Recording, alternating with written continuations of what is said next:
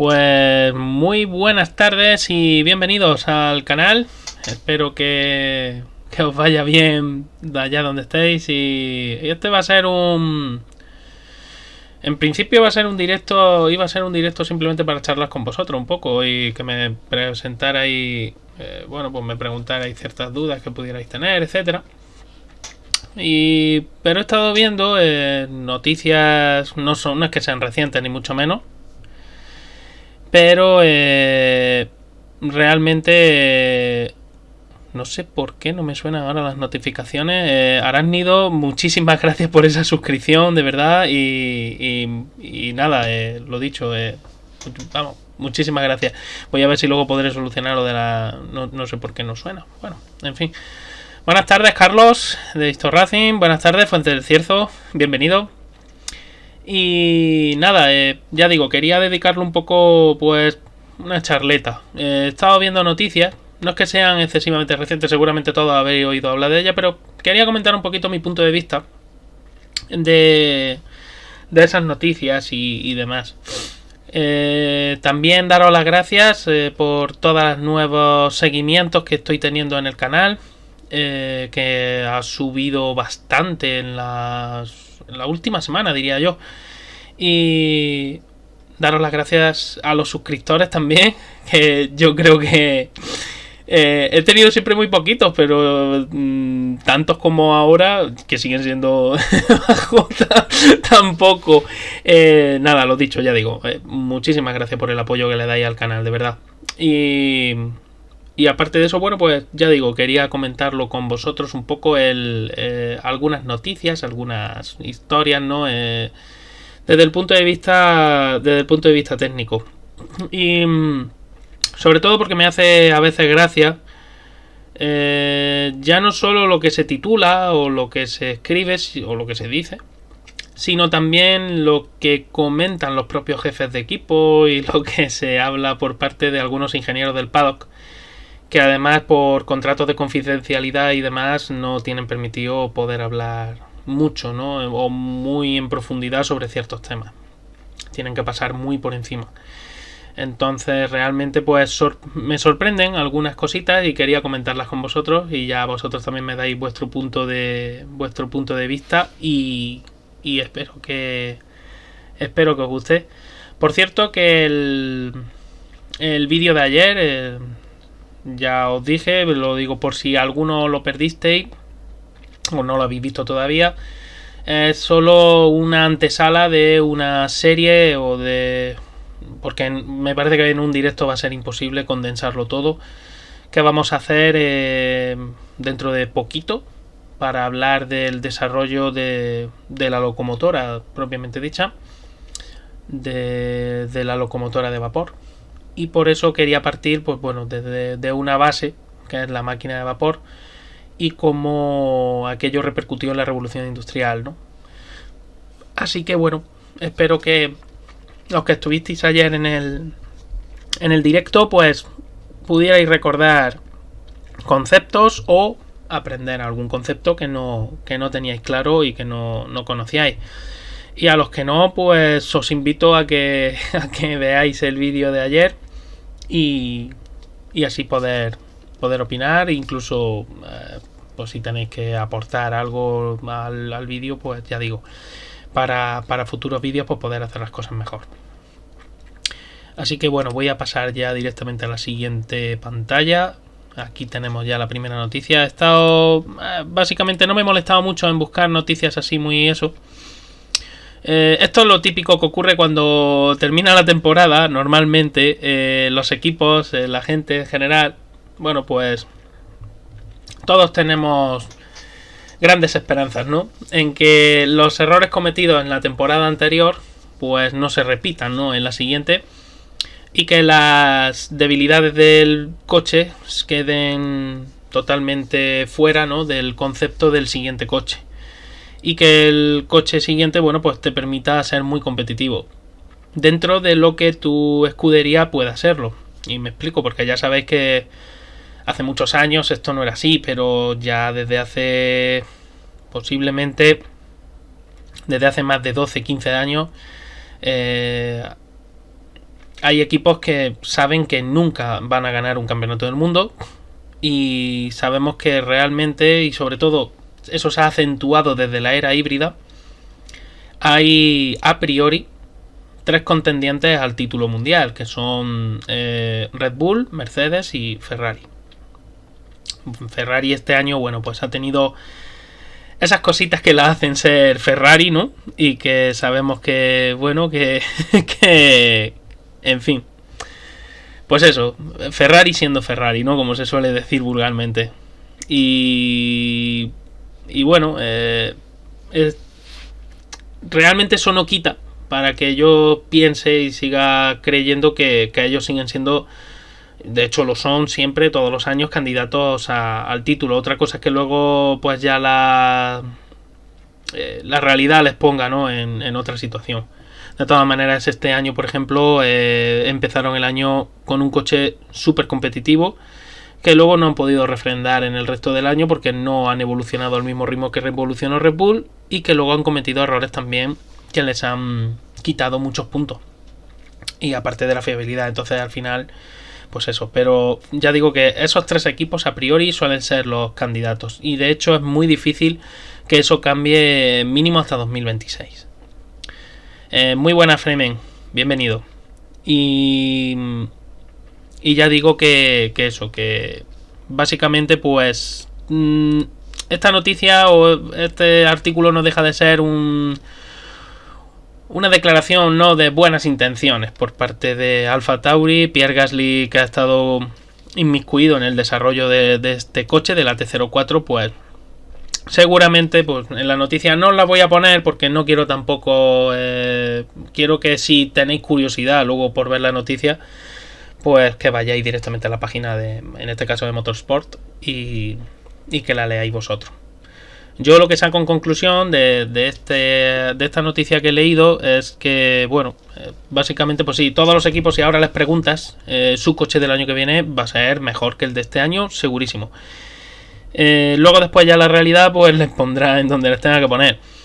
Realmente, si comparamos el rendimiento de tu vehículo este año con el del que viene, lo más normal es que todos, absolutamente todos los equipos mejoren para el año que viene, incluido Williams, Haas, etcétera. Lo ilógico sería que no, que tuvieras un paso atrás. Es verdad que la normativa para el año que viene va a ser un poco más restrictiva en algunos aspectos y eso también va a influir, pero realmente no va a ser tan restrictiva como para temer porque tu coche vaya a ser mucho más lento, ¿no?, el año que viene. La realidad de la Fórmula 1 es que con un reglamento que se va a mantener muy parecido al de este año, en realidad todos deberían de mejorar. Unos mejorarán más, otros mejorarán menos, pero todos, absolutamente todos, deberían de mejorar su rendimiento para el año que viene.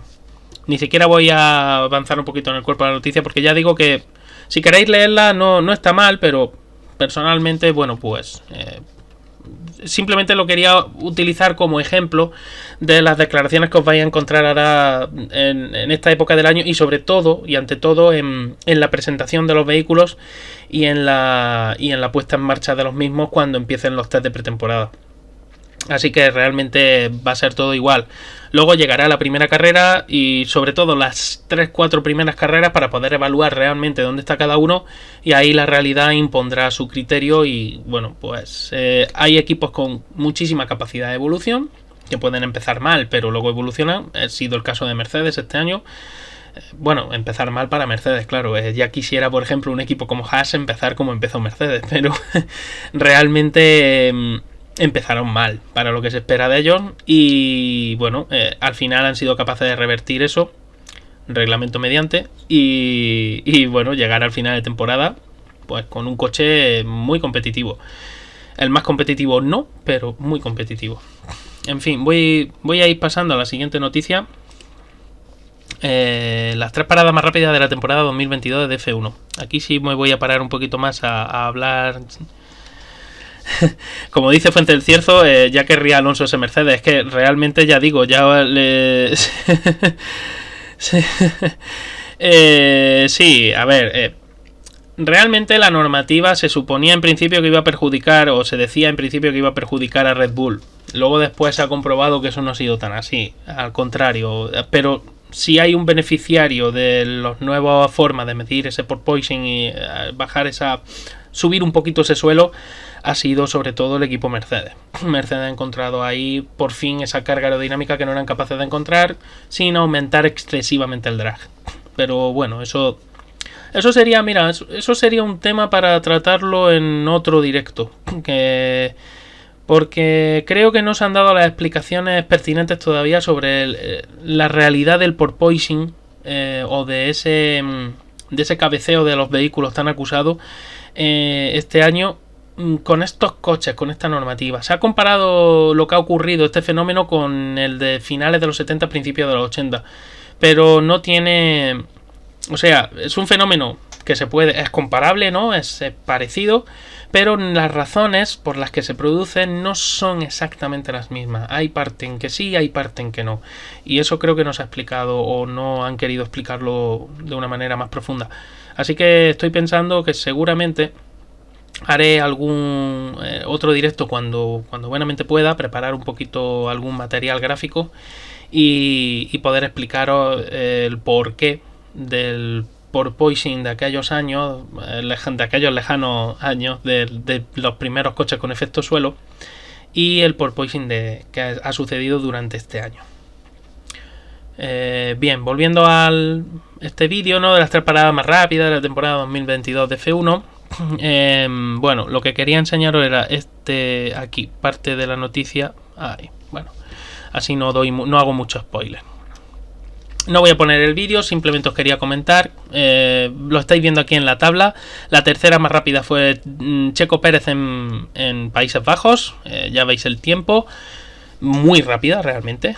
Muy rápida. 2:09 es un tiempazo. La segunda más rápida ha sido también Checo Pérez en Brasil. 2:04. Otro tiempazo. Y la primera, sorprendentemente, una pequeña alegría para el equipo McLaren después de una temporada que han sufrido bastante, y sobre todo para Dani Ricciardo, que al final en México 1:98, es decir, vuelta de nuevo a bajar de esa barrera de los 2 segundos, ¿no?, que parece tan difícil de superar. ¿Y esto cómo ha sucedido? Pues esa sería la pregunta del millón. Sabéis que la FIA cambió el año pasado en esa lucha encarnizada entre Red Bull y Mercedes en los pit stops, y curiosamente, aduciendo razones de seguridad. Ya sabéis cómo es nuestro organismo federativo, que ellos aducen o a razones de seguridad o al espíritu de la norma. Es los dos comodines que tienen normalmente para cambiar la normativa a mitad de año. No lo sé, vosotros a lo mejor me podéis corregir en el chat, pero no conozco muchos deportes, o por lo menos no conozco casi ninguno, que cambie su normativa a mitad de temporada, o sí, a mitad de partida se podría decir, tanto como la Fórmula 1. En otras competiciones automovilísticas incluso también a veces hay pequeños cambios en una normativa, pero es difícil encontrarlos y además suelen ser muy pequeños, y pocos. Pero la Fórmula 1 realmente alucino con la cantidad de cambios que hay a lo largo de la misma temporada, la cantidad de anexos que hay que hacer a la norma principal que se presentó antes de que los coches se presentaran. Y al final es curioso comprobar cómo cambia la normativa a lo largo del año. ¿Ves? Fuente del Cierzo, por ejemplo, me dice que en el fútbol bueno, en el fútbol no lo van a hacer, ¿no? A mitad de partido, entiendo, pero más allá poco hay, ¿no? A ver, yo repito que yo realmente, si me pongo a pensar en otros deportes, me cuesta mucho trabajo pensar en deportes que cambien la normativa tanto como cambia la de Fórmula 1. Concretamente, esta normativa de 2022 se presentó el último cierre, ¿no?, que se hace normalmente en diciembre de 2021. Ya se presentó lo que era la normativa bien presentada sobre todo esta normativa, que es la más larga de la historia. Es el libreto más gordo de normativa técnica que ha habido nunca en la historia de la Fórmula 1. Las primeras correcciones, si no recuerdo mal, ya se empezaron a presentar allá por el mes de abril, mayo, creo recordar que ya empezaron a hablar. Luego en agosto, si no recuerdo mal, hubo 2 correcciones a la norma. Unas preliminares y luego ya unas definitivas. Y ahora en diciembre se ha vuelto a presentar otra vez las correcciones para el año 2023 con respecto a 2022. Y seguramente, estoy segurísimo que en 2023 los equipos habrán encontrado las famosas zonas grises, algún equipo, y la normativa volverá a modificarse. El año pasado, concretamente, Mercedes presentó el famoso end plate, ese que solo estaba sujeto por el plano principal. Los otros 3 planos, los tres flaps están libres de tocar el end plate, no terminan, mejor dicho, no hacen el cierre al end plate por debajo, entonces digamos que hay una abertura ahí para aliviar la presión interna que se genera en esa zona del ala delantera. Eso no estaba contemplado en la norma y ya hay una modificación hecha precisamente para evitar eso. Lo segundo, Aston Martin presentó este año el famoso ala trasera con el main plane, con el plano principal, con esa forma especial como de, podríamos decir como un caracol, ¿no? Como una caracola, para crear un pequeño end plate para que el ala trasera sea más eficaz, mejor dicho, sería la palabra, sea más eficaz a la hora de generar carga. Digamos que recoge mejor los flujos aerodinámicos y puede generar más carga, ¿no? Con ese ala trasera. Eso también ya en la normativa se ha especificado, hay especificación y no tanto en sí por la pieza, no es como el end plate delantero de Mercedes, pero sí en cuanto a las medidas y restricciones que va a tener ese ala trasera. Así que al final, fuera. Es gracioso, es muy curioso siempre comprobarlo. Y bueno, que estaba enrollándome, el hecho de venir a todo esto es precisamente por esto, porque el año pasado, a mitad de temporada también, bueno, incluso yo creo que fue... Sí, creo recordar que fue a mitad de temporada. Me podéis corregir por el chat si me equivoco.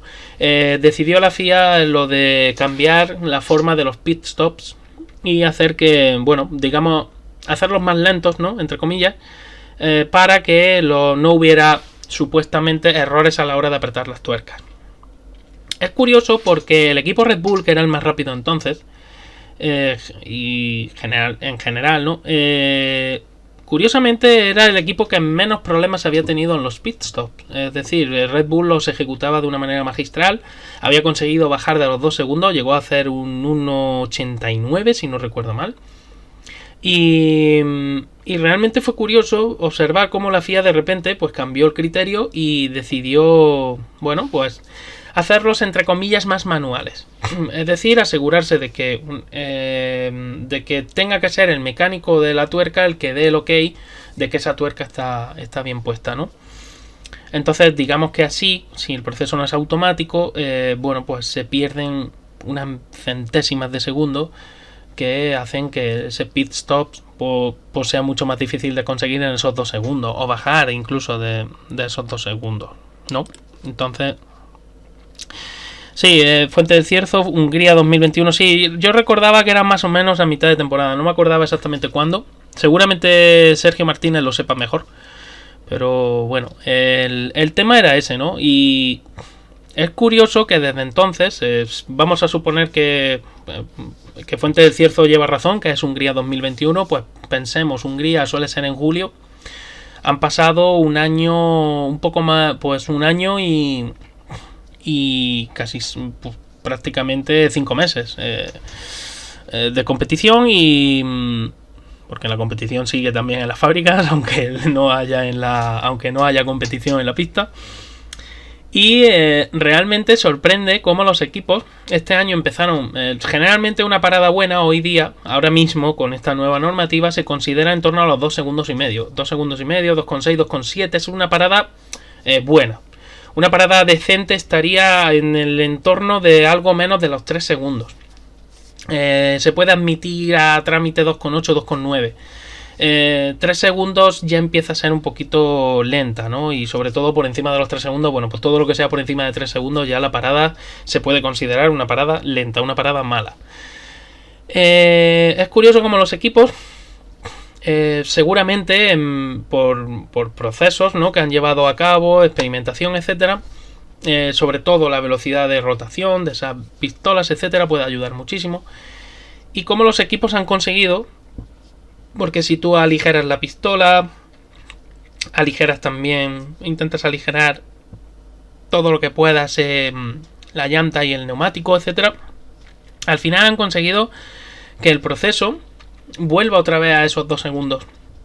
Es verdad que yo creo que este año la media, si no en este artículo venía, la media de Red Bull han sido 2 segundos y medio, que es una media muy buena.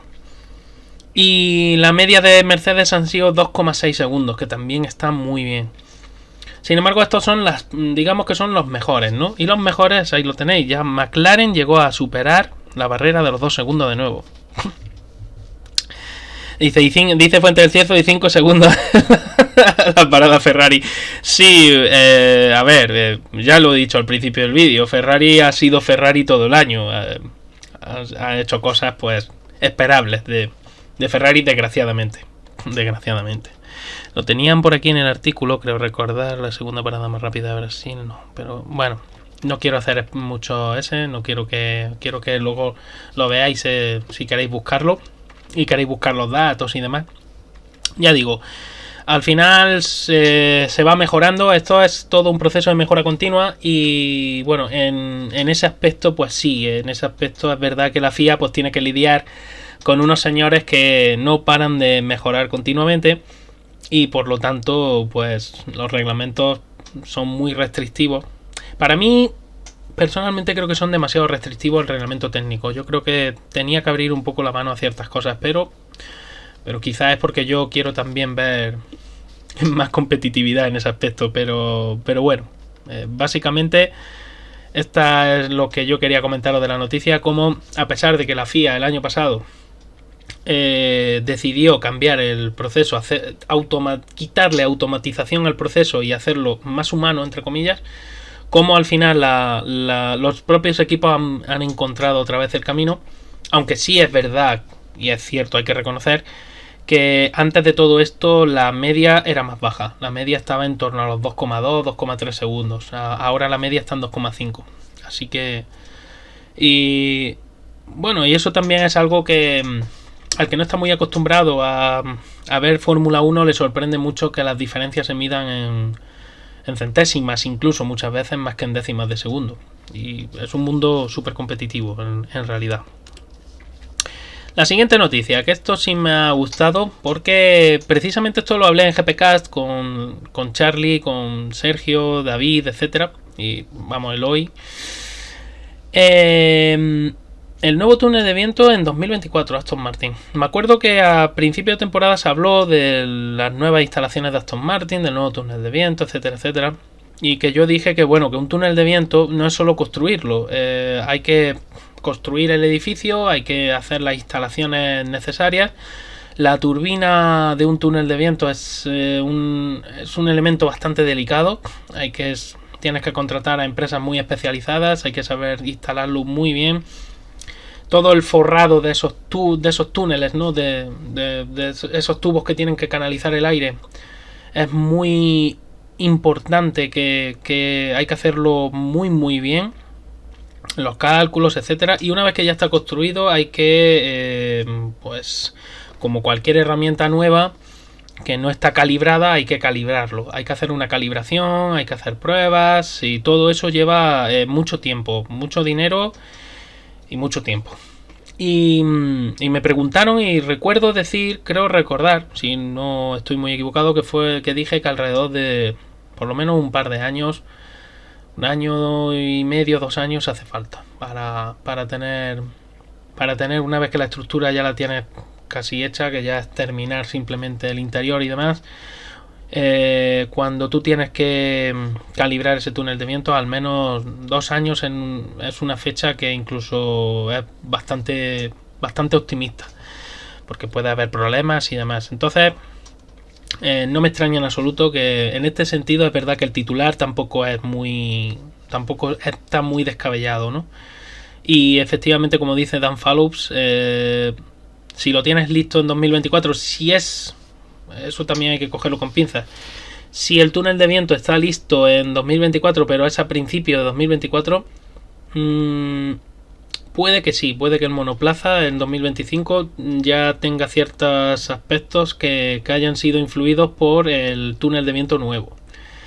Pero si el túnel de viento lo acabas después del verano de 2024, el monoplaza de 2025 se verá beneficiado de ese túnel de viento con las mejoras que reciba en 2025, pero su concepto básico, ese concepto básico del monoplaza, ese concepto no va a ser modificado. Ese monoplaza ya está para finales de agosto, en septiembre, ya tiene que estar muy muy claro lo que el equipo quiere fabricar y hacer. Así que, porque luego hay que diseñar todos los diagramas MRP y hay que para la fabricación, para el timing, ¿no?, de esa fabricación del monoplaza. Hay muchos proveedores puestos en liza, hay que ponerlos a todos, hay que sincronizarlos y eso lleva mucho tiempo y también lleva mucho tiempo y mucho esfuerzo, ¿no? Entonces, realmente sí, si el túnel de viento realmente funciona a partir de... Bueno, aquí veis las instalaciones de la gente de Aston Martin, los planos, ¿no? Bueno, digamos un diseño iCAD de las nuevas instalaciones y realmente, bueno, pues si lo tienen a tiempo para, ya digo, para segundo trimestre como mucho de 2024, es posible que sí, que el de 2025, bueno, sí podría haberse beneficiado en ese aspecto, pero siempre que el de 2024 el nuevo túnel de viento funcione mejor, claro. Realmente, además, esta gente de Aston Martin utilizan el túnel de viento de Mercedes, así que en ese aspecto no tienen tantos problemas, ¿no?, como otros equipos. Ya digo que realmente no es muy descabellado lo que dice aquí el titular. Luego la noticia, bueno, pues habla un poco más de pormenores, habla Dan Fallows de lo que esperan, etcétera, pero ya digo que en principio no es descabellado. Este sí me ha gustado, esta noticia. La razón por la que Mercedes no copió los pontones a Red Bull y Ferrari. A ver, está claro que Mercedes tiene muy claro, nunca valga la redundancia, que su concepto de suelo pasa por utilizar esos pontones. Realmente el problema de Mercedes desde el principio de temporada ha sido la resistencia aerodinámica que genera su concepto y que no encontraron la carga aerodinámica que ellos esperaban encontrar. El hecho de dejar, además en esta foto se ve muy bien, el hecho de dejar, lo estoy señalando con el ratón, todo ese volumen libre de aire, permite que tengas una mayor potencial aerodinámico. Permite que puedas generar más carga luego en el Big Wing, porque llega más caudal de aire, llega más masa de aire. Si tienes más masa, generas más carga. Eso es impepinable. Y también permite toda la escultura de esos túneles inferiores del fondo del monoplaza. También te permite más libertad a la hora de diseñar ese túnel, ¿no?, inferior. El problema de Mercedes es que el calor que generaba su motor con estos pontones tan pequeñitos, pues han tenido problemas reales. No tanto por el tamaño en sí del pontón, que no era tanto el problema, sino porque esta imagen indica muy bien cuál ha sido uno de los problemas de Mercedes con el calor, y es que esos perfilitos que colocan en la parte por delante de ese área de entrada al pontón, te están indicando que realmente el aire, todo el aire que ellos creían que iba a entrar por ahí, no entra, ese aire se escapa. Lo segundo, el soporte del espejo, con todos esos generadores de vórtices, esos pequeños perfilitos aerodinámicos, y esa forma tan específica de ese soporte, que imita a la de un pontón tradicional, sería la superficie superior de ese pontón tradicional, indica que también han tenido muchos problemas con el flujo de aire en esa zona, precisamente por no poder evacuar el calor de la manera que ellos quisieran o que ellos habrían querido, porque no entraba el aire suficiente en ese pontón. Aunque ellos no admitan que el diseño de los pontones era un problema, ellos mismos dicen en la noticia, luego lo podéis leer si la buscáis, que el diseño de los pontones no era un problema para ellos, etcétera, etcétera, sí ha sido un problema este año.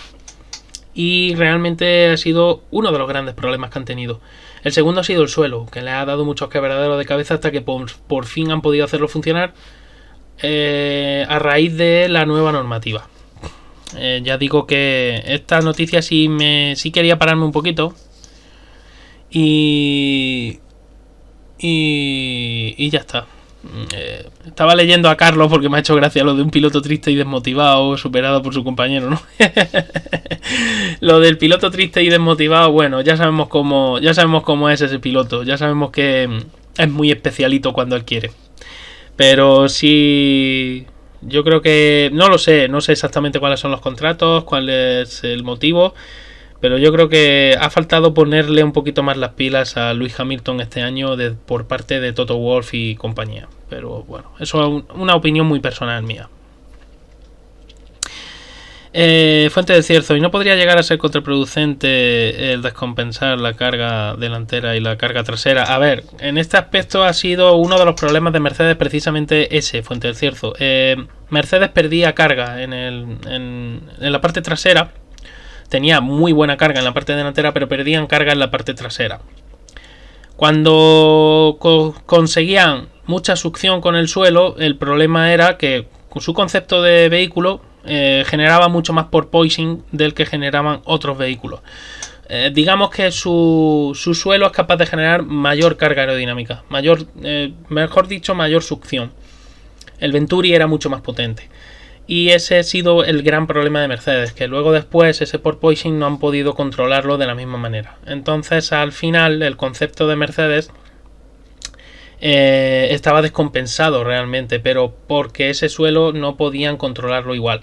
Una vez que ya han podido controlar ese suelo un poquito y sobre todo han podido controlar el calor generado por el motor y por fin ya ese calor no les estorba tanto, han podido poner carga en el coche, carga en la parte trasera, y ya el coche pues ha ido muchísimo mejor. Ya lo vimos en los últimos grandes premios, que aunque exceptuando con la excepción de Brasil, que Brasil había que cogerlo con pinzas, como ya dije en su momento, en los últimos grandes premios Mercedes ha sido un coche muy competitivo, no ha estado a la altura de Red Bull, pero ha sido un coche muy competitivo.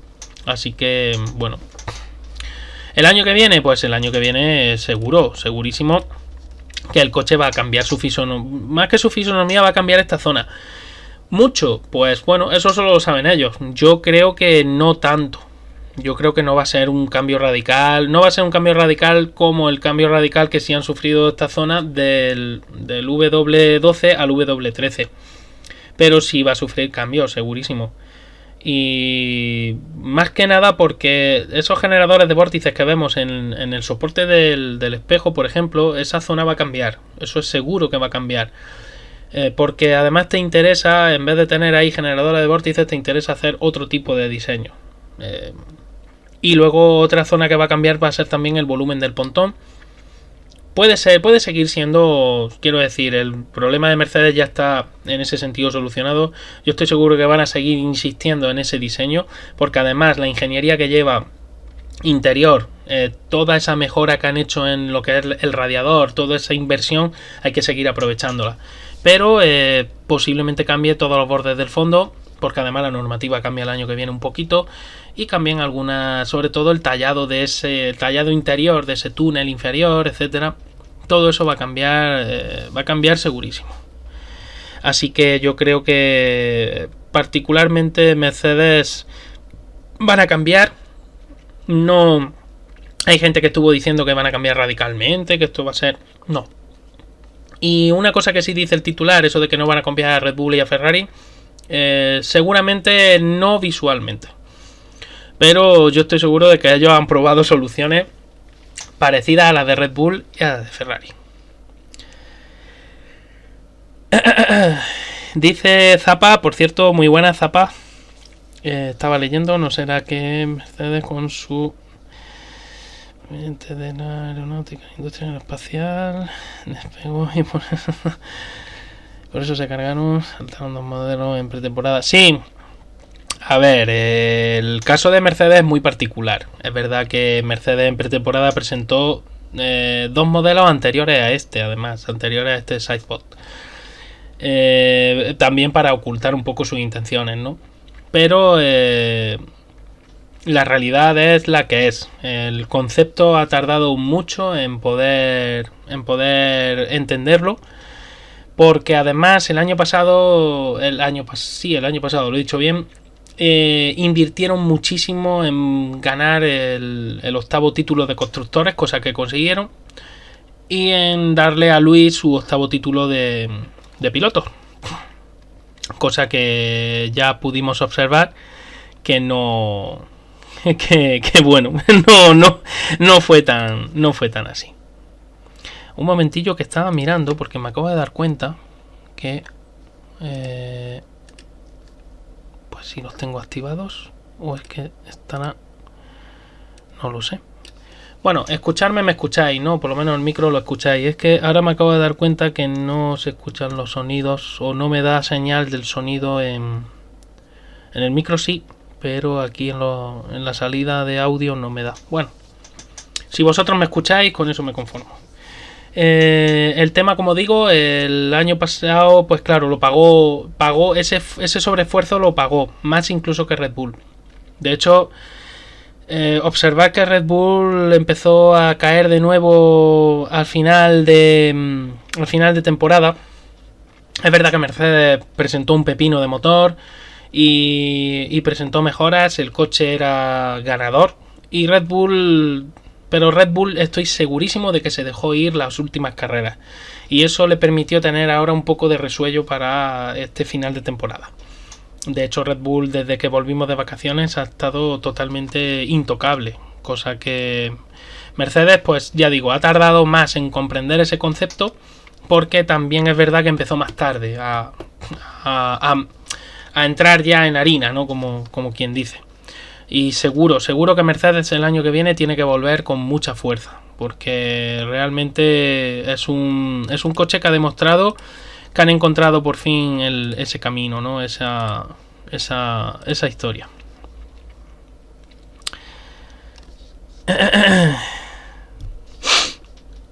El micro perfecto. Vale, gracias. Sí. Realmente fue eso. Realmente ya digo que el tema de Mercedes ha sido particular en ese aspecto por eso.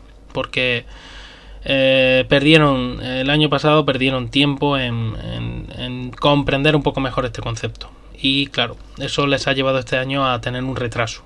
Y para el año que viene, segurísimo que para mí son candidatos, desde luego, a ganar el campeonato el año que viene, o por lo menos a competir por él. La siguiente noticia, de nuevo de Mercedes, se espera demostrar el potencial de su motor en 2023, porque es verdad y es cierto, es una cosa muy curiosa. Tanto Mercedes, AMG, como Williams, como Aston Martin han sido, creo, los únicos equipos que no han tenido penalizaciones por cambio de unidad, es decir, por pasarse del número de unidades requeridas para el año. Y eso es una muy buena noticia en un año en el que con el tope presupuestario la fiabilidad era algo muchísimo más primordial que otros años anteriores. Pero eso también es una noticia no tan buena, porque es verdad que su motor ha estado muy competitivo, pero no ha sido el más competitivo como estos años atrás. El motor Honda ha sido más competitivo que el Mercedes este año, y el motor Ferrari ha estado ahí con ellos. Entonces está claro que Mercedes necesita mejorar para el año que viene si no quiere quedarse un poco rezagada.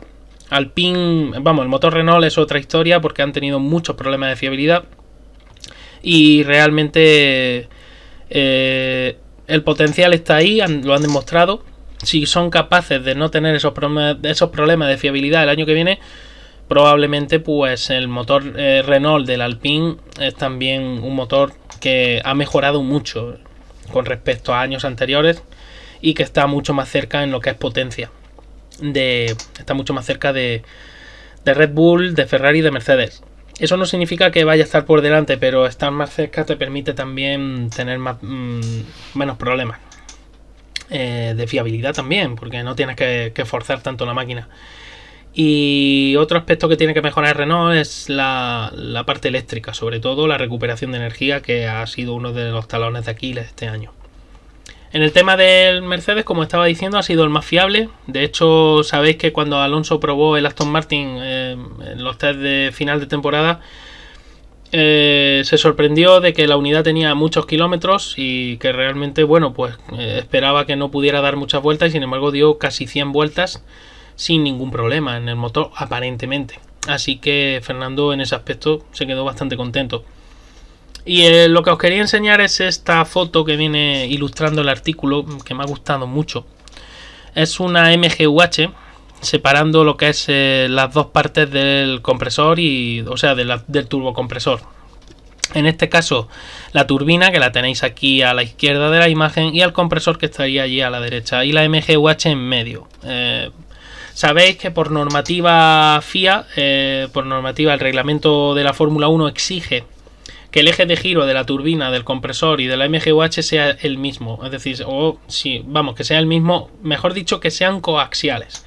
Eso significa que el eje de giro de la turbina, el eje de giro del MGUH y el eje de giro del compresor están en el mismo plano. En los mismos planos, mejor dicho. Estarían tanto en el plano XY como en el plano YZ. En el caso además concreto de estas unidades, sabéis que el turbo está limitado en giro porque la MGUH no puede girar a más de 125.000 revoluciones por minuto. Luego, por lo tanto, el turbo no puede girar, como es lógico, a más de 125.000 revoluciones por minuto, porque el giro es solidario. El giro obligatoriamente es solidario entre los tres elementos. Porque en el concepto Mercedes y en el concepto Honda, la turbina se separa del compresor, como estáis viendo. Esto se hace así porque es verdad que el compresor, al encontrarse más frío, aumenta el rendimiento termodinámico del motor, porque ese aire más frío es algo más denso y por lo tanto soy capaz de aumentar la presión interna en el cilindro.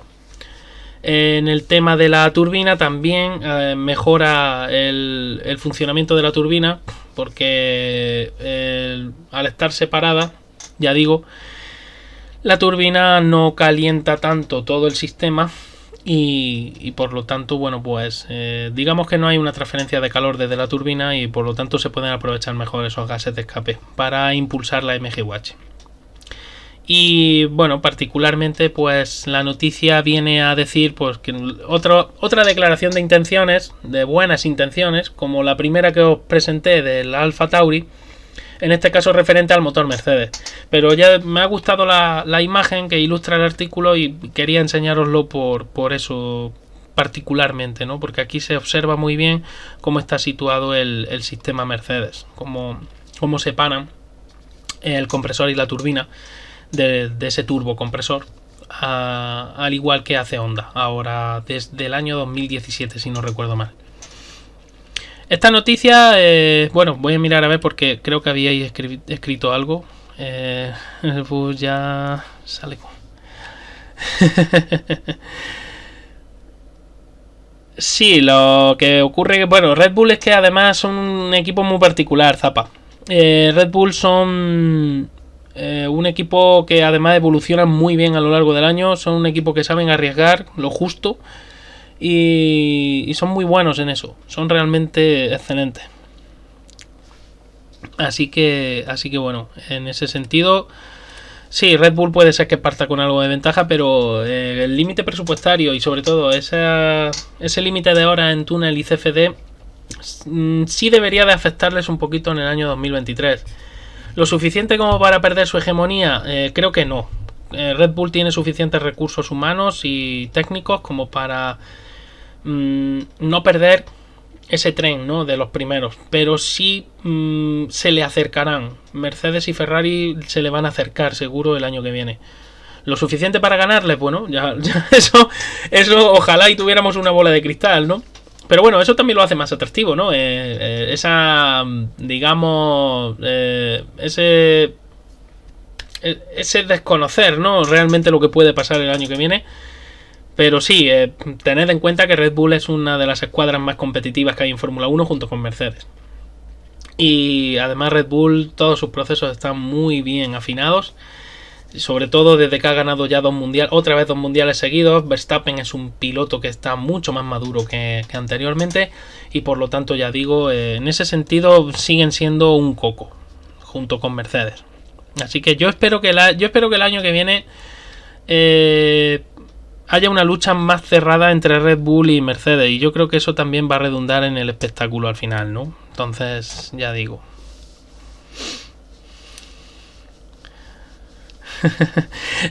Fuente del Cierzo, hombre, si, sobre todo cuando pierdes por pocos puntos, porque si pierdes por muchos, bueno, pues siempre puedes decir, no, esto, lo otro, lo de más allá, pero si pierdes por poco te va a suponer, te va a suponer un dolor de cabeza, eso garantizado. Bueno, el tema, no quería tampoco hacer mucho spoiler, os voy a poner la tabla para que veáis los tiempos, pero esto yo personalmente, y he leído el artículo, yo personalmente lo cogería mucho con pinzas. Y me explico, es cierto que estos coches generan menos carga aerodinámica bruta. Estos coches son más lentos, un poquito más lentos en curva media y lenta que los coches del año pasado, pero en curva rápida son igual o incluso más rápidos que los coches del año pasado.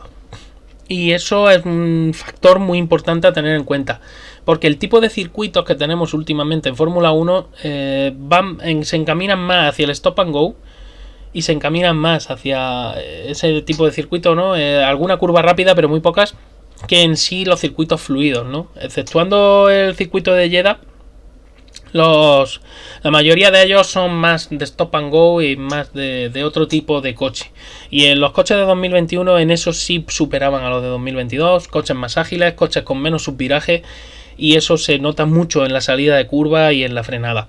Entonces realmente las diferencias no me sorprenden tanto, porque cuando ves la diferencia al principio de año, pues sí, es lo normal, es lo esperable.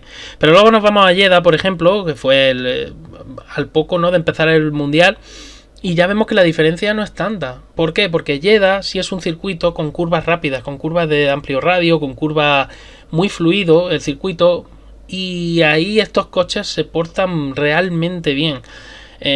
Todo lo que son curvas de más de 220, 240 km por hora, curvas enlazadas a esa velocidad, etcétera, estos coches se portan realmente muy bien debido a ese efecto suelo. Pero sí, realmente estos coches la FIA lo que pretendía era hacerlos más lentos, ¿no? Y de hecho eso se ha conseguido en parte. Ya digo que también ha habido otros condicionantes. Barcelona, por ejemplo, veis que hay 2 segundos y me diréis, me puedes decir, Barcelona solo tiene un sector realmente de stop and go. Sí, es verdad que tiene luego 2 sectores que son, digamos, un poco más fluidos. Pero es que Barcelona hay que tener en cuenta, las ruedas cambiaron con respecto al año pasado, son llantas de 18 pulgadas, el desgaste es muy diferente. Todo eso hay que tenerlo muy en cuenta. Y en un asfalto tan abrasivo como el de Barcelona, aún más. Entonces, esa pérdida de 2 segundos con respecto a los coches del año pasado, también en gran parte yo la achacaría al neumático Pirelli. Si el neumático Pirelli hubiera sido mejor conocido y hubiera sido un compuesto más adecuado para las circunstancias de Barcelona, yo estoy seguro que estos coches hubieran perdido con los del año pasado, seguro, pero no esa diferencia de 2 segundos. Eso estoy convencidísimo. Lo de Mónaco, pues también hay que cogerlo con pinzas. Ya sabéis que la carrera de Mónaco este año ha sido muy especialita y ha sido un poco rara. Bakú, por ejemplo, ahí lo veis. Bakú es impresionante. Prácticamente es el mismo tiempo. Hay una décima de diferencia. Por eso digo que estos tiempos me ha hecho gracia, porque estos tiempos hay que cogerlos muy con pinzas. El neumático ha influido mucho este año en los tiempos que han hecho los monoplazas. No solo el cambio normativo, el cambio técnico, ¿no?, que ha habido, sino el neumático. Porque realmente el neumático es al final una de las claves de un vehículo automóvil. Y aquí es verdad que me da igual, y estando Zapa ahí en el chat me va a entender, me da igual que sea moto que coche. Y el neumático es el único elemento que está en contacto con el suelo, y es el único elemento que hace que el chasis se pueda transmitir la potencia a ese suelo para poder avanzar el vehículo. Entonces, si el neumático no funciona bien, o el neumático no es óptimo, pues tenemos problemas. El neumático además es el único elemento de un automóvil o de una moto que te puede dar o quitar un segundo por vuelta simplemente con cambiarlo. O sea, todos los reglajes, todo el diseño del vehículo, todo es igual. Tenemos dos vehículos exactamente iguales. El mismo piloto coge los dos vehículos en momentos diferentes, claro, es lógico. Y le ponemos un neumático y otro. Y ese neumático es capaz, ese mismo piloto, de mejorar sus tiempos un segundo por vuelta, solo exclusivamente porque le hemos cambiado el neumático. No hemos hecho más nada al coche. Entonces, esa es la importancia real del neumático. Y aquí, en estos tiempos, el neumático Pirelli tiene mucha culpa. No digo que el 100%, pero tiene bastante culpa de que estos tiempos sean así. Nos hemos hartado en GPK de hablarlo y quería comentarlo de nuevo por eso, porque realmente todo esto habría que estudiarlo más pormenorizadamente y hacerlo de una manera no tan a la ligera, ¿no? Yo creo que los coches, además de este año, han sido bastante significativamente más rápidos de lo que la FIA realmente esperaba. Creo que a la FIA le ha sorprendido la velocidad de estos coches. Y a mí no me sorprende tanto, sobre todo cuando tuve conversaciones con Iván a finalizar 2021, y me estuvo comentando cómo iba en el diseño de los Fórmula 1, por lo menos del McLaren, no concretamente, pero imaginaba que del resto sería igual. Y empezando porque no tenía nada que ver con lo que la Fórmula 1 había presentado, la famosa maqueta que ha servido hasta para presentar a Audi, el proyecto de Audi en Fórmula 1 para 2026. O sea que, empezando por ahí y terminando por todo lo que ha conllevado este año el nuevo reglamento técnico. Ya digo que concretamente el neumático es primordial en automoción, es primordial en la competición, y insisto, el único elemento que te puede dar un segundo o más por vuelta sin hacer nada más al coche es el neumático. Si el neumático no es bueno, el coche ya puede ser una maravilla que perderá tiempo. Aquí, Aston Martin, otra declaración de buenas intenciones, tendrá diferencias significativas. Es cierto que este coche ha sido de los que más ha cambiado a lo largo de la temporada. Creo que no me equivoco si digo todos los coches han cambiado a lo largo de la temporada, algunos más, otros menos. Quizás el Haas es el que menos ha evolucionado en ese aspecto, pero quizás el coche que más ha cambiado a lo largo de toda la temporada ha sido precisamente este coche, el Aston Martin. Ya sabéis que empezó con un diseño totalmente diferente, un diseño que a mí personalmente me pareció bonito, pero que la pista tenía que demostrar luego si era o no era rápido. Se comprobó enseguida que ese coche no era lo suficientemente rápido, y Aston Martin se puso a la tarea de cambiar ese diseño, con el acierto de haber copiado, o haberse basado, no mejor dicho, en el diseño de Red Bull, y de haber cambiado todos los elementos que ha ido cambiando en la aerodinámica de este coche. Han ido funcionando. En realidad el coche se ha vuelto, sobre todo en las últimas 4 o 5 grandes premios, ha sido un coche realmente, yo diría que bastante competitivo. Siguen sin tener esa primera vuelta, pero en el conjunto de lo que es la carrera, en el vuelta a vuelta, es un coche que ha sido, creo, a mi parecer, que ha mejorado mucho desde principio de temporada al final. Pero esto, repito, esto no deja de ser una declaración de buenas intenciones, ¿no? Todo el mundo pues quiere mejorar, eso es lógico y normal. Y el año que viene seguramente Aston Martin cambie. La fisonomía de ese coche seguramente el que se presente. Y ya no tanto el que se presente, sino el que llegue a los test y se vea en test probando, será un coche significativamente diferente. Todos van a cambiar, de hecho. La normativa va a obligar a cambiar ciertos aspectos y al final el resto del coche se ve afectado. Así que en ese aspecto, pues sí, realmente pues le podemos dar la razón aquí a Dan Fallows. Claro que va a tener diferencias significativas y que esperan que seguramente esperan que la MR23 pues sea incluso mejor coche que el 22. Ya digo, el artículo es bastante... en general son artículos que he estado mirando que se leen bastante rápido. He mirado en español porque, normalmente también es verdad que los miro en inglés muchas veces, pero como la audiencia que suelo tener es de habla en español, pues prefiero ponerlo en español y así no tenemos que estar traduciendo ni complicando. La FIA modifica las reglas técnicas para prohibir el invento de Mercedes. Bueno, esto ha sido una de las... no quiero tampoco excederme, pero sí, ha sido una sinvergonzonería, por decirlo así, de una manera más suave, por parte de Mercedes. Dos detalles a lo largo del año. El primero, el segundo tirante para rigidizar el fondo que se presentó en Canadá, que al final ese suelo no corrió. De hecho, no ha vuelto a correr ese suelo. Ni siquiera ha llegado a instalarse en una sesión oficial, sea entrenamientos libres o sea carrera, o sea clasificación o carrera. Mercedes presentó este cachivache, podríamos definirlo así. Sabéis que el último flap, y los dos últimos flaps, mejor dicho, porque el main plane y el flap secundario, este segundo flap por encima del plano principal, sabéis que la normativa, o si no lo sabéis ya os lo digo, la normativa exige que se pueda modificar durante los entrenamientos libres. Tú puedes cambiar, básicamente cambias de alerón, ¿no? Tú llevas, normalmente los equipos pudientes llevan hasta 3 o 4 alerones diferentes. Entonces tú cambias la nariz del monoplaza, vas probando y ves a ver cuál es la solución mejor, ¿no? para el equilibrio aerodinámico de ese coche. El tema es que la FIA exige que el plano principal y el primer flap no se puedan modificar durante la carrera, es decir, que no tengan, digamos que esos brackets, esas uniones tienen que ser rígidas y fijas, no llevan ningún elemento que pueda hacerlas cambiar su inclinación o su ángulo de ataque en este caso.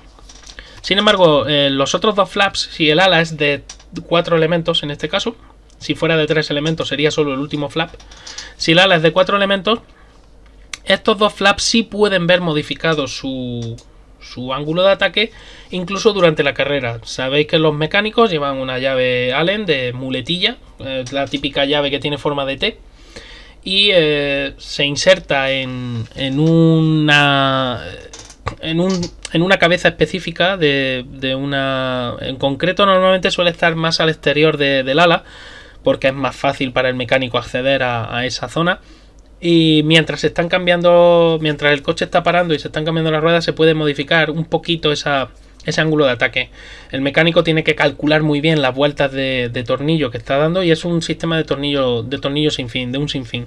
Eso se transmite a través de una cremallerita, un gusano, un engranaje de gusano de un sinfín, y se transmite, y las dos alas giran al unísono, porque estos brackets permiten ese movimiento. No son como estos, que son totalmente rígidos, sino que estos brackets sí permiten el movimiento entre una y otra.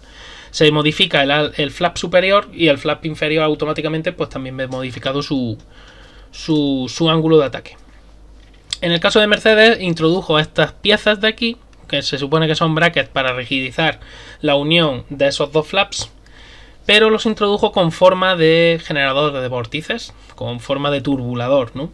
Y bueno, la norma FIA originalmente decía que esos elementos, esos brackets, su función principal no es aerodinámica. Pero claro, no especifica, no dice, no, es que la única función que tienen estos elementos no es aerodinámica, es simplemente estructural, ¿no? Pues eso quedaría claro, pero como la normativa, esto es un ejemplo que os quiero poner de lo que son zonas grises, pero como la normativa dice, la función principal de estos elementos no es aerodinámica, yo puedo interpretar que la función secundaria sí puede serlo, y Mercedes de hecho lo hizo. ¿Qué ocurre? Pues que la FIA, claro, las protestas de otros equipos y sobre todo, más que protestas, petición de otros equipos a oiga, ¿eso es legal o no es legal? Porque si es legal, eso en 2 semanas lo tengo más que copiado. Seguramente incluso en menos. Claro, la FIA supongo que se vería desbordada y al final decidió que no, que eso no era legal. Y de hecho en 2023 ya la normativa ha cambiado. Vi la última modificación de la normativa y está tachado todo ese párrafo de la función principal no es aerodinámica. Todo eso está tachado. Ya directamente esos elementos tienen que ser exclusivamente esos brackets. No pueden tener ese diseño, no pueden tener ciertas modificaciones que lo harían más susceptibles, ¿no?, de que un ingeniero avispado o un grupo de ingenieros avispados pues interpreten otra cosa. Estoy leyendo la maqueta con más kilómetros. Sí, totalmente. Además, no sé cuántas maquetas se hicieron, pero se tuvieron que hacer bastantes. Seguro que el fabricante de la maqueta tuvo que cobrar un buen dinero. Zapa nos dice que la buena redacción de las normas, además, es muy importante redactar muy bien una norma y aquí se demuestra, vamos, en estos detallitos, ¿no? Son detalles que parecen sin importancia, pero porque sí, porque la mejora con este tipo de brackets, la mejora es marginal, pero es una mejora a fin de cuentas. Y cuando tú estás compitiendo en Fórmula 1 y tus diferencias se miden con tu rival en 1 o 2 décimas de segundo, unos brackets de estos te pueden ayudar a recuperar media décima o un cuarto de décima, más otra piececita, más otra historia. Al final has recuperado las 2 décimas y resulta que por esa normativa sin especificar, ¿no? Entonces hay que tener mucho cuidado. Esta me ha parecido muy interesante. Siguiente, la FIA dispuesta a cortar la zona de DRS en 2023. A ver, partimos de la base de que para el aficionado a la Fórmula 1, que lleva muchos años viendo la Fórmula 1, pues el DRS no deja de ser un elemento artificial. O más bien, no deja de ser un elemento que hace que los adelantamientos parezcan artificiales. Entonces, en parte estoy de acuerdo con esto, en que se acorte un poco esa longitud. En parte me gustaría ver realmente dónde lo van a hacer, porque hay sitios en los que es muy necesario. En la noticia he estado leyendo, han puesto de ejemplo Monza.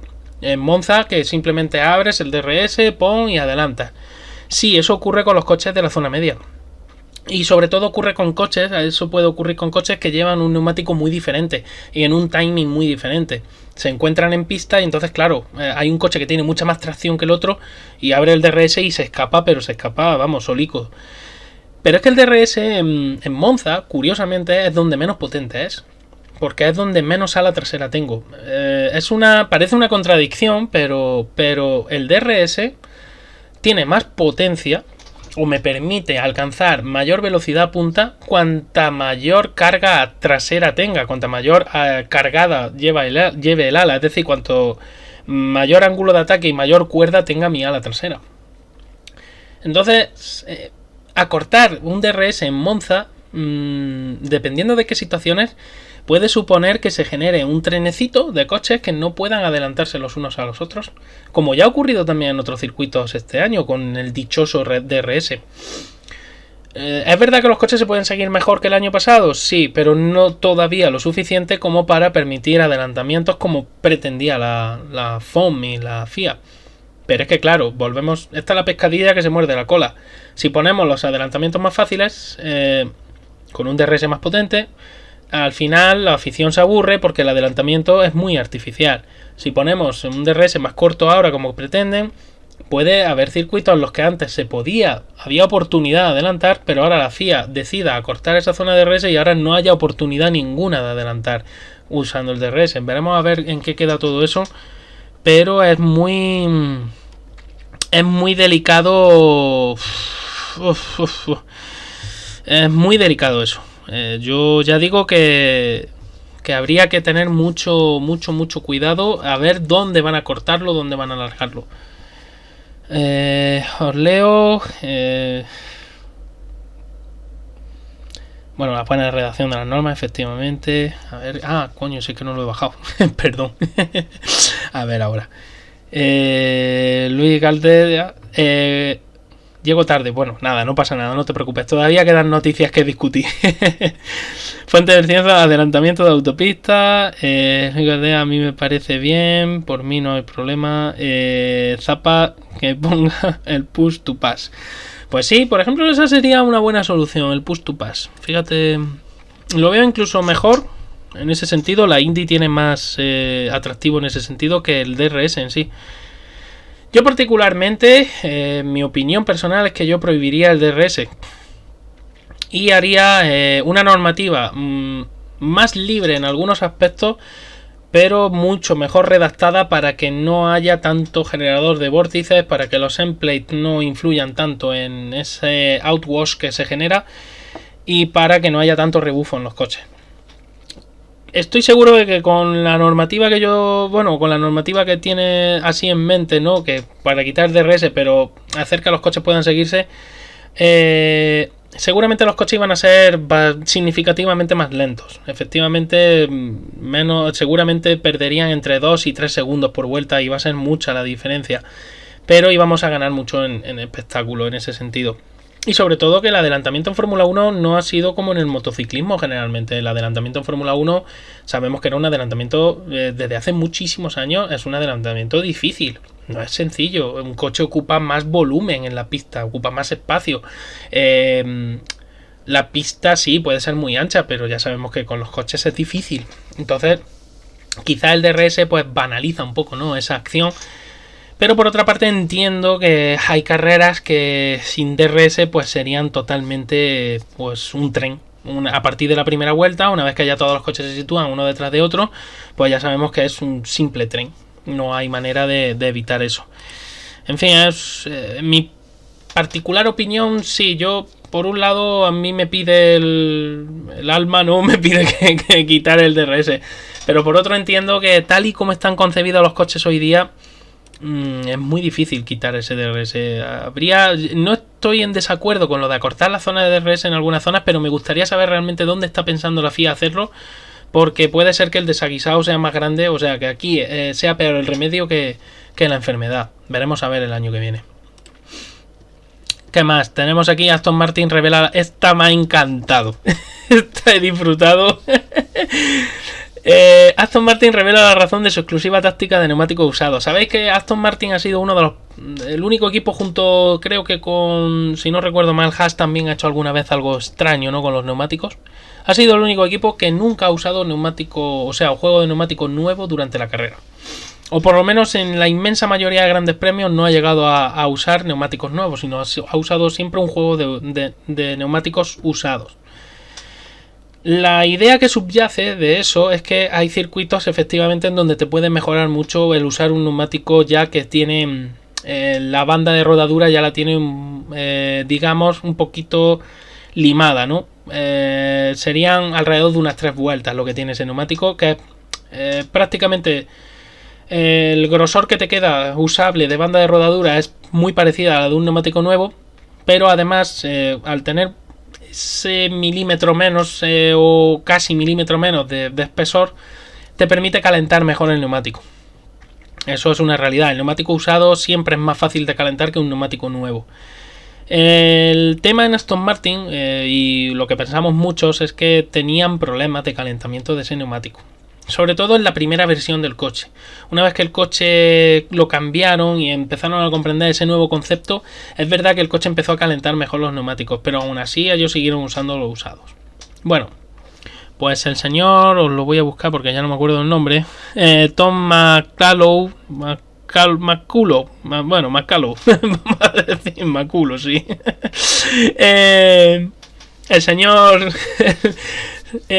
pues dice que la principal razón, la razón exclusiva de su táctica de neumáticos usados no era otra nada más que necesitaban mejorar sus paradas en boxes. Claro, tú dices al principio, bueno, ¿y esto qué tiene que ver con las paradas en boxes o con la rapidez que yo haga?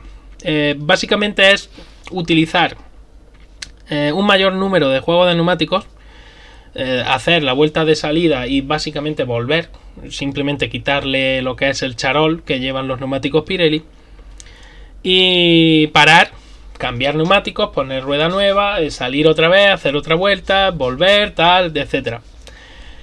Claro, a mí me ha hecho mucha gracia la explicación porque en una pequeña parte tiene su lógica. Necesito neumáticos para poder probar las paradas. Pirelli me limita mucho el número de juegos a lo largo de un fin de semana, por lo tanto, pues bueno, voy a usar, ¿no?, neumáticos usados en vez de nuevos. Pero tiene su gracia porque realmente otros equipos también hacen muchas prácticas de pit stop a lo largo del fin de semana, y en la carrera luego tienen juegos de neumáticos nuevos, en la inmensa mayoría. Entonces la teoría de este señor, bueno, si hay alguien que se la cree, pues También hay gente que cree que la política en general mejora la vida de la gente. También hay gente que cree, hay críos, ¿no? Sobre todo, que creen en los Reyes Magos. A mí me parece perfecto, yo no tengo ningún inconveniente en las creencias de cada uno, pero ya os digo que no es la principal razón. Y no es... El artículo me ha gustado por eso, por la explicación, pero realmente no tiene tanta lógica como pudiera parecer en principio. La FIA defiende los cambios en el suelo de los coches de F1 2023. La FIA cree que no hay duda, que lo correcto, vamos, de que hizo lo correcto, ¿no? Para cambiar las reglas del suelo para 2023 para combatir el porpoising. El porpoising ha venido a quedarse. Eso ya lo vamos a poner ya en perspectiva. Mientras las suspensiones, mientras no se permita un cambio o un cambio en el diseño de estos coches, o básicamente tendrían que dejar de usar el efecto suelo. Mientras no se permita un cambio en el diseño de estos coches, o mientras no se permita un cambio, sino en el diseño, sí, en las suspensiones, intrínseco, amortiguación, etcétera, mientras eso no se permita, estos coches van a seguir sufriendo de porpoising. En menor medida, mucho más controlado, por supuesto, eso se puede garantizar, pero van a seguir sufriendo y van a seguir teniendo problemas. Ahora, la FIA lo va a mitigar bastante con las nuevas reglas, claro, por supuesto que sí. Pero mientras no se permita usar otros elementos aparte de los elementos que ya se usan en lo que es los diagramas, no, en lo que es los diseños de suspensión actuales, no se podrá... prácticamente diría erradicar, no, porque es imposible, pero sí dejarlo en unos mínimos que ya prácticamente nadie se diera cuenta de que está ocurriendo ese porpoising. Dice Zapa que estos coches son muy gordos y largos. Más pequeño ayudaría. Sí, totalmente de acuerdo. Estamos hablando de vehículos que tienen solo limitada su batalla a 3.600 milímetros, a 3,6 metros, pero son coches que miden más de 5 metros y medio. Miden 2 metros de ancho sin incluir las ruedas. Los coches del año 2007, como pones de ejemplo, su anchura total, incluida la rueda, era de 1,8 metros. Y la longitud venía a ser casi alrededor de unos 5 metros.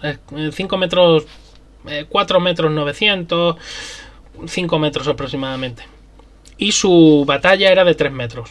Entonces eran coches mucho más ágiles que estos. La suspensión activa no vuelve, eso ya lo puedo adelantar de momento, que sepamos. Lo que vimos en USA a la Ducati en la parte de atrás podría ayudar al porpoising.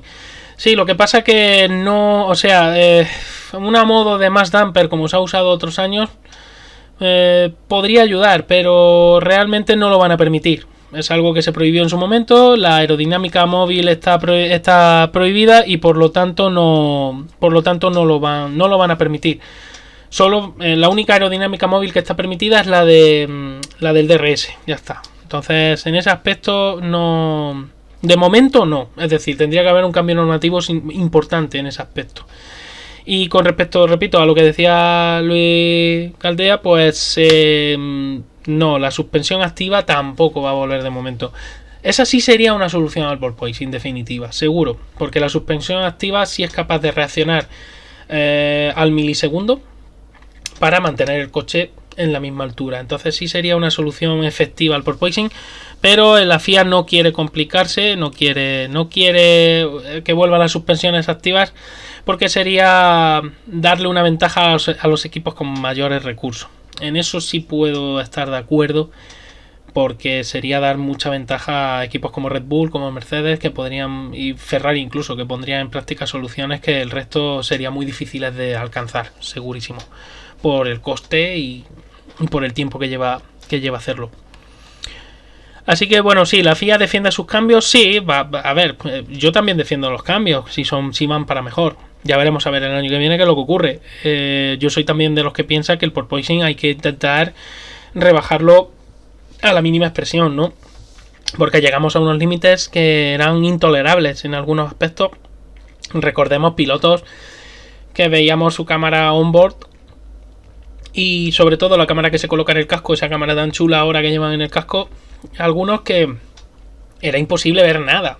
O sea, las frenadas eran por intuición, básicamente. Así que sí, yo creo que sí, que todo eso hay que cambiarlo. Sí, Luis, tienen sus buenas razones para prohibirla. Realmente acuérdate que cuando se introdujo la suspensión activa, la más sofisticada fue la del Williams FW14B y la del Williams FW15C. Esas suspensiones suponían una ventaja tan bestial con respecto a la competencia que la competencia lo intentó.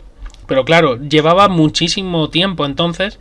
Ahora a lo mejor el desarrollo no llevaría tanto tiempo, la electrónica ayuda muchísimo, pero lleva mucho tiempo copiar una solución de ese estilo y mucho dinero. Y al final, si yo quiero reducir los costes de fabricación de un monoplaza y quiero poner ese tope presupuestario, volver a la suspensión activa sería un error. Para mí sería un error. A los Williams ni lo olían, efectivamente, es lo que estábamos comentando, Zapa. Pues ya digo eso, básicamente sí, yo creo que sí, que había que aportar esas soluciones, había que obligar un poco a los equipos a renunciar a parte de la carga que genera el suelo en pos de una manejabilidad mayor para el piloto hombre, y sobre todo también por un tema de salud del piloto. Yo creo que los años 60 y 50 y 60 en la que la seguridad no era primordial, yo creo que aquello ya quedó olvidado o debería de quedar olvidado. Hoy día la seguridad debería ser algo totalmente primordial. Las prestaciones, la competitividad, todo eso está muy bien, pero la seguridad del piloto también debe ser un tema prioritario totalmente. La seguridad del piloto, la seguridad de los mecánicos y la seguridad que muchas veces se nos olvida, y es algo que este año se ha comprobado, que incluso hasta la FIA se olvida a veces, la seguridad de la gente que trabaja en el circuito, de esos comisarios, que además son gente que aportan su trabajo sin esperar nada a cambio, que son voluntarios totalmente, y que sin ellos no se podrían celebrar las carreras. Y a esa gente hay que darle mayor seguridad. Hemos visto este año cosas que clamaban al cielo, ¿no? Mejor dicho. Y realmente creo que es un aspecto a tener en cuenta, muy importante, el de la seguridad en general, para todo el mundo. Bien, Ferrari aclara las teorías sobre su degradación en el F1 2022. Básicamente el artículo viene a decir que Ferrari Este es un artículo un poco más anterior, de noviembre. Básicamente venían a decir que la degradación era porque, claro, como se veían inferiores, pues los pilotos tenían que forzar. En fin, yo solo dejo el dato de las poles de Charles Leclerc, que ha sido el poleman por excelencia este año. Luego ese coche tenía potencial, mucho, es decir, yo diría que el mismo potencial que ha tenido Red Bull este año. Y de hecho ese concepto de las bañeras es muy muy interesante aerodinámicamente hablando. El tema ha sido que ni la fiabilidad les ha permitido mantener el punch todo el año, y por supuesto los errores de estrategia, que han sido horribles, horrorosos. El muro este año de Ferrari ha estado muy muy mal, sinceramente. Y el tema de la degradación de neumáticos ha sido un problema que además les ha perseguido durante gran parte de la temporada. Y sobre todo, ese coche ha sido subvirador en muchos grandes premios. Eso ha hecho que el neumático delantero se desgaste bastante, se caliente. Y se sabe, y ellos mismos lo han admitido. Me hace gracia esto que explican aquí en la noticia, porque me hace mucha gracia porque ellos mismos han admitido que van a tener un rediseño en la parte frontal del coche. Luego, entonces, si tú vas a rediseñar todo el frontal del coche, es porque estás buscando mayor rendimiento, pero es porque has tenido problemas con ese eje delantero. Has tenido problemas de degradación de neumáticos y problemas además muy serios. Así que, chicos, la contestación me recuerda del Tom McCullough ese, o McCullough, o como se pronuncie, sobre no, es que queríamos hacer más paradas, teníamos que mejorar nuestras paradas en boxe y por eso dejábamos todos los neumáticos usados. Y ya, pues, mira, chicos, vale, bueno, de acuerdo, si tú lo dices, pues será así. Pues aquí igual, el tema de la degradación, en la noticia ya digo que según Ferrari, es que tenían que correr, iban con la lengua afuera, detrás de Red Bull, y claro, los pilotos al final forzaban la máquina y el coche pues desgastaba los neumáticos. Vale, bueno, muy bien, ya está. Como explicación, pues bien, de acuerdo. Y ya por último, pues esta imagen de esta noticia, que aunque está en inglés, pero bueno, es fácil de entender, que cuáles eran los nuevos cambios técnicos para 2023 y por qué, ¿no? Se ha tenido que realizar esos cambios. Y solo quería enseñaros esta imagen porque, aunque parezca banal, el exigir esos 15 milímetros, ¿no?, de altura libre al suelo ahora en el ala delantera va a hacer que cambie un poco. Vamos, que cambie significativamente. Iba a decir un poco, pero no es un poco. Significativamente o muy significativamente todos los flujos aerodinámicos. Porque realmente el ala delantera, además de generar carga, es, digamos, el inicio de toda la magia aerodinámica que hay en un monoplaza. Y si el ala delantera cambia su altura, su fisonomía, etcétera, estamos cambiando toda la aerodinámica del monoplaza, absolutamente toda. Porque lo primero que se va a encontrar el aire cuando el coche venga, las moléculas de aire, lo primero que se van a encontrar va a ser el ala delantera y el morro, la nariz. Si eso lo cambiamos su altura, cambiamos su volumen, cambiamos su aspecto, su relación de aspecto, cambiamos esa superficie frontal, aumentamos o disminuimos, me da igual. Todas las estructuras de flujo alrededor de mi monoplaza van a cambiar absolutamente todas. Entonces la FIA va a exigir una mayor altura libre al suelo para reducir un poco la succión que se genera luego en el fondo. En el fondo también, en los bordes del fondo también va a exigir que sean más altos. Y el difusor va a tener que ser más rígido y más alto también. Entonces todo eso va a generar. El difusor, al ser más alto, también los equipos pueden jugar un poco con eso. Y puede ser que sean capaces de generar mayor presión con ese difusor y compensar un poco la pérdida por culpa de esos bordes del fondo, de esos bordes laterales del fondo, que van a ser un poco más altos. Ya digo que se puede compensar un poquito con esa. Y la de los espectadores, sí, señor, sí, totalmente. Lo de. Os voy a leer ahora también otro poquito. En Silverstone, sí.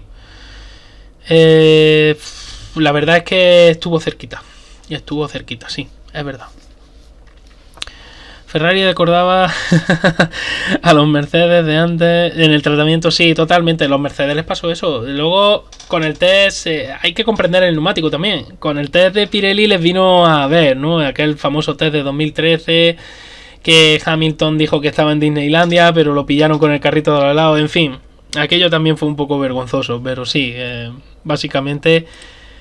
Sí, Ferrari. Quizás Mercedes sobrecalentaba mucho más aquellos neumáticos. Ferrari no los trata tan mal, pero sí, algo parecido.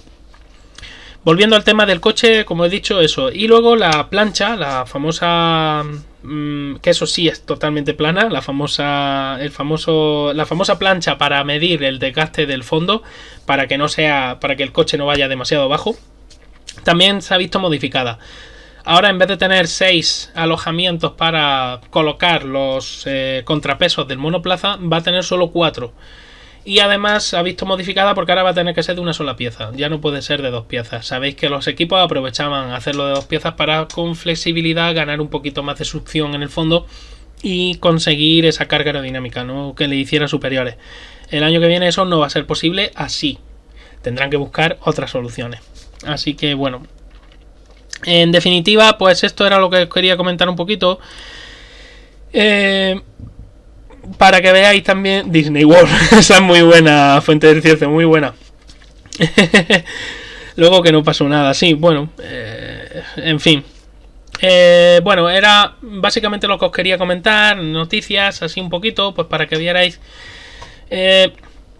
Que no, los titulares no es que sean clickbait en su mayoría, ¿no? Por no decir ninguno. Yo tampoco considero clickbait eso.